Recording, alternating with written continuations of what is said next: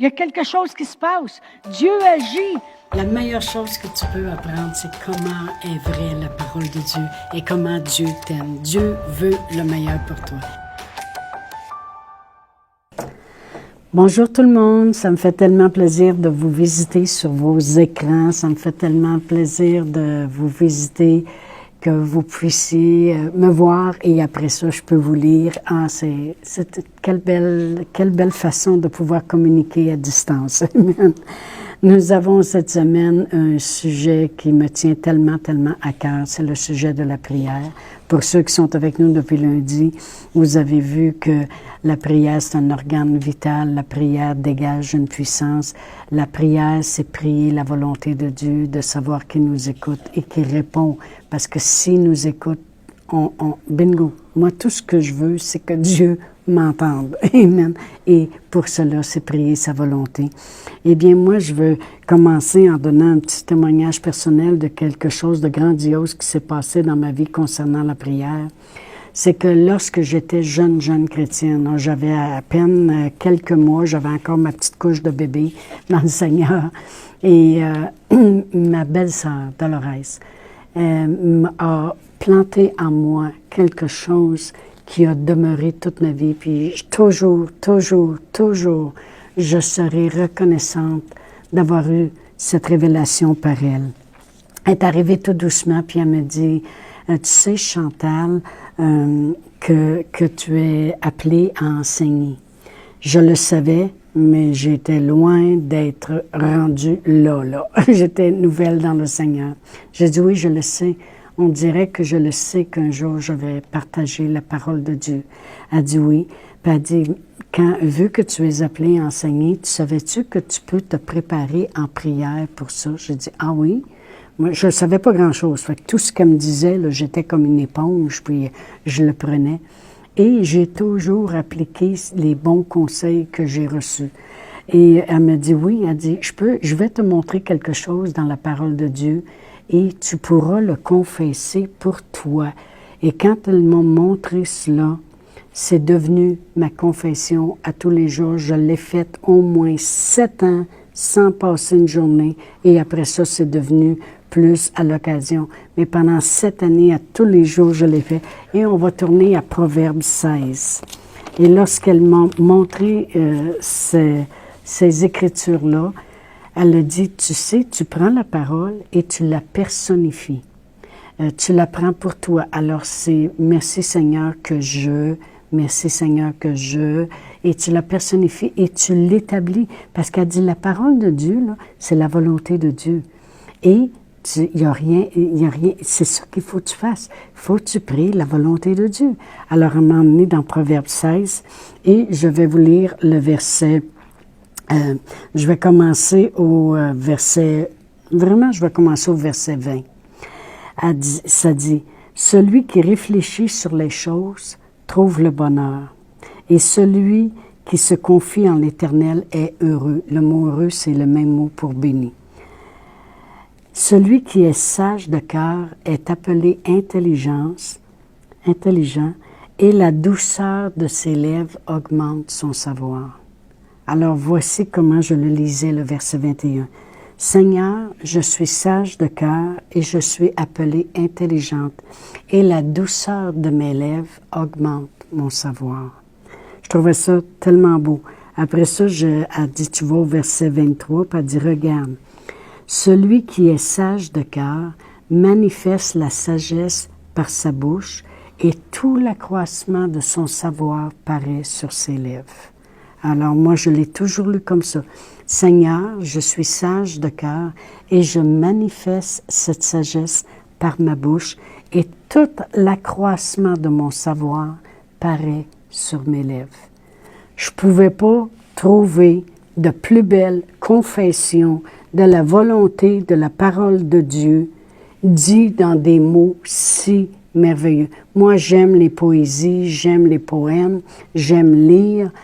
Et là, c'est comme si c'est venu me chercher et c'est devenu ma confession continuellement que j'ai prêché. Vous savez, les gens arrivent et ils disent « Oh mon Dieu, toi, tu as une facilité de parler, tu as un charisme, c'est vraiment naturel. » j'ai des petites nouvelles pour vous. Je vous apprends quelque chose aujourd'hui. Ça ne vient pas de moi-même. Je le sais que dans le naturel, je bégayais, j'avais toujours de la misère à faire comprendre ce que je veux dire. Je m'enfergeais dans mes mots, je disais des choses que j'aurais pas dû dire. C'est incroyable. Vous avez aucune idée comment j'étais auparavant. Mais quand j'ai commencé à confesser ça, Seigneur, je suis sage de cœur, je suis appelée intelligente, puis la douceur de mes lèvres augmente mon savoir. Seigneur, je manifeste la sagesse par ma bouche et tout l'accroissement de mon savoir paraît sur mes lèvres. Eh bien, voici le résultat aujourd'hui. Et lorsqu'elle m'a dit ça, moi, je l'ai pris au sérieux. J'ai dit, OK, je vais prier ça. C'est vrai que je t'appelais un jour à enseigner la parole de Dieu. Alors, je vais commencer par confesser que tout ce que j'apprends de la parole de Dieu, tout l'accroissement de mon savoir, mais ça va paraître sur mes lèvres. C'est exactement ce qui se passe aujourd'hui. Je voulais vous montrer cela pour vous montrer aussi que la parole de Dieu est puissante. La volonté de Dieu dégage cette puissance lorsqu'on la prie, qui est dynamique dans son travail, puis qui va aller faire le travail qu'il doit faire. Et je l'ai vu dans tellement d'avenues dans ma vie, parce que j'en suis venue à confesser la parole 1 heure de temps à tous les jours pendant au moins 10 ans que je faisais ça. Maintenant, je le fais à l'occasion. Des fois, je travaille des 3, 4, 5 heures dans la parole et des fois, je dis « Oh, merci Seigneur », je le confesse à mesure que je travaille dedans. Mais à m'appliquer, à m'asseoir sur une chaise, puis prendre ma Bible, puis confesser, je l'ai fait pour moi, je l'ai fait pour mes enfants. Et vous savez, notre Seigneur Jésus-Christ l'a fait lui-même. Il a pris la parole, puis il a confessé ce qu'il y avait dans la parole. Oui, dans Luc 4, on va y tourner. Dans Luc 4, la parole de Dieu nous dit, si je commence à lire au verset 16, dans Luc 4, ça dit « Il se rendit à Nazareth où il avait été élevé, et selon sa coutume, il entra dans la synagogue le jour du sabbat. Il se leva pour faire la lecture, et on lui remit le livre du prophète Ésaïe. L'ayant déroulé, il trouva l'endroit où il était écrit. » Il n'a pas juste pris le prophète Ésaïe, s'est mis à le lire. Non, il a trouvé l'endroit où il était écrit à propos de lui pour le confesser. Et il a dit, il l'a trouvé. Au verset 18, ça dit, il a dit, « L'Esprit du Seigneur est sur moi, parce que Dieu m'a oint pour annoncer une bonne nouvelle aux pauvres, il m'a envoyé pour guérir ceux qui avaient le cœur brisé, pour proclamer aux captifs la délivrance et aux aveugles le recouvrement de la vue, pour renvoyer libres les opprimés, pour publier une année de grâce du Seigneur. » Ensuite, il roula le livre, le remit au serviteur, puis il s'est assis. Et tous ceux qui se trouvaient dans la synagogue avaient les regards fixés sur lui. Alors il commença à leur dire, « Aujourd'hui, cette parole de l'Écriture que vous venez d'entendre est accomplie. » Il dit, voici, ça parle de moi. Savez-vous qu'on peut trouver dans la parole de Dieu plein d'écritures qui parlent de vous? La parole de Dieu dit que Dieu a tant aimé le monde. Est-ce que vous êtes dans le monde aujourd'hui? Oui, il parle de vous. Dieu m'a tant aimé qu'il a envoyé son Fils Jésus.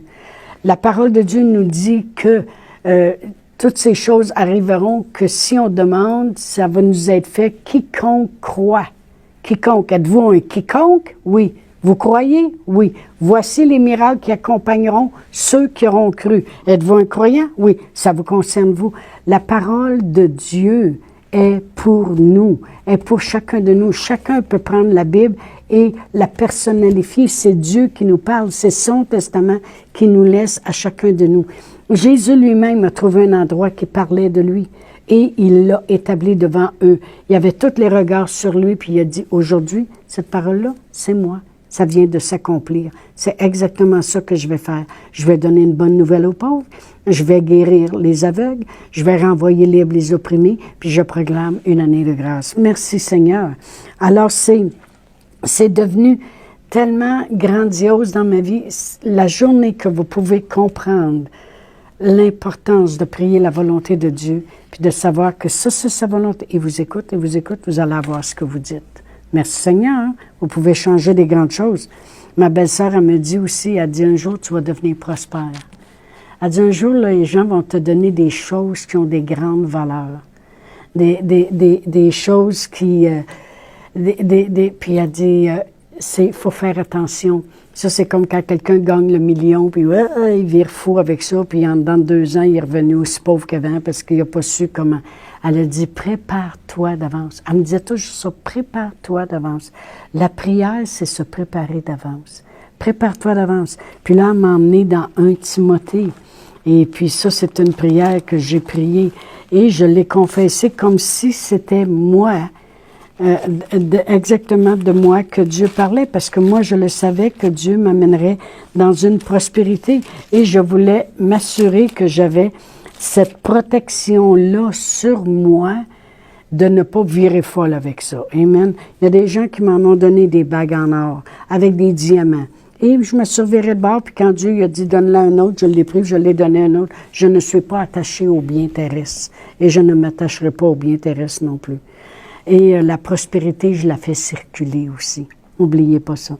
Oui, les gens me donnent, mais il en sort beaucoup par la porte d'en avant, mais il en rentre beaucoup par la porte d'en arrière, mais il en sort beaucoup par la porte d'en avant aussi. Voyez-vous, ça c'est une autre chose que j'ai confessée. Ça dit au verset dans 1 Timothée 6, 17, « Recommande aux riches de ce présent siècle. » Alors moi, je l'ai personnalisé et je dis ceci. Pour moi qui suis riche de ce présent siècle, je ne suis pas orgueilleuse, je ne mets pas mon espérance dans des richesses incertaines, mais je la mets en Dieu, qui donne, comment, avec abondance, quoi, toutes choses pour que j'en jouisse. Alors, je fais du bien, je suis riche en bonnes œuvres, j'ai de la générosité et de la libéralité, et je m'amasse ainsi un trésor placé sur un fondement solide. Ça, c'est une autre écriture que je me suis habituée à prier. J'ai prié des prières pour mes filles, pour leur futur mari. Mes filles avaient 12 ans, 13 ans. Puis je commençais déjà à prier pour elles et leur futur mari. Je les appelais. Mais il y en a une qui est mariée avec un pasteur, l'autre est mariée avec un évangéliste. Toutes les deux sont dans le ministère à plein temps.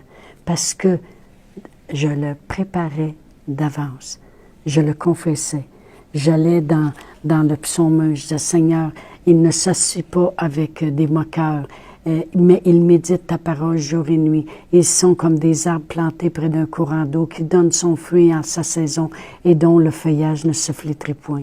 Aujourd'hui, j'en suis rendue à confesser aussi pour mes petits-enfants, ma descendance. Je prie pour l'Église, je confesse des choses sur l'Église, je confesse des choses sur les gens qui m'écrivent, sur les gens que je sais qui m'écoutent présentement. Je confesse la parole de Dieu. Je confesse que vous entendez la parole de Dieu, que la parole de Dieu vous rend libre. Je confesse que vous la recevez, que ça devient révélation en vous, que ça l'agit en vous qui croyez. C'est toutes des choses de la parole de Dieu. L'apôtre Paul le disait lui-même. Il disait, la parole que je vous fais entendre, vous ne l'avez pas reçue comme une parole d'homme, mais vous l'avez reçue vraiment comme elle est, comme la parole qui agit en vous qui croyez. C'est ce que je crois pour vous aussi, que vous recevez la parole simplement. Alors, je vous dis à demain, et puis continuez de m'écrire, continuez de regarder, partagez. Il y a tellement de gens qui ont besoin d'entendre la vérité. Et n'oubliez pas, en confidentialité, si vous voulez m'écrire sur Messenger, n'hésitez pas. On prie pour vous. On vous aime. Je vous dis à demain. Chantal Paulus est avec vous tous les jours du lundi au vendredi sur Facebook et YouTube. Vous pouvez écrire à Chantal en privé sur Messenger si vous désirez faire un don par Interac. Voici l'adresse courriel capsule.inspiration au pluriel @gmail.com. Le mot de passe est inspiration au pluriel. Vous pouvez aussi faire un don par www.eslr.org/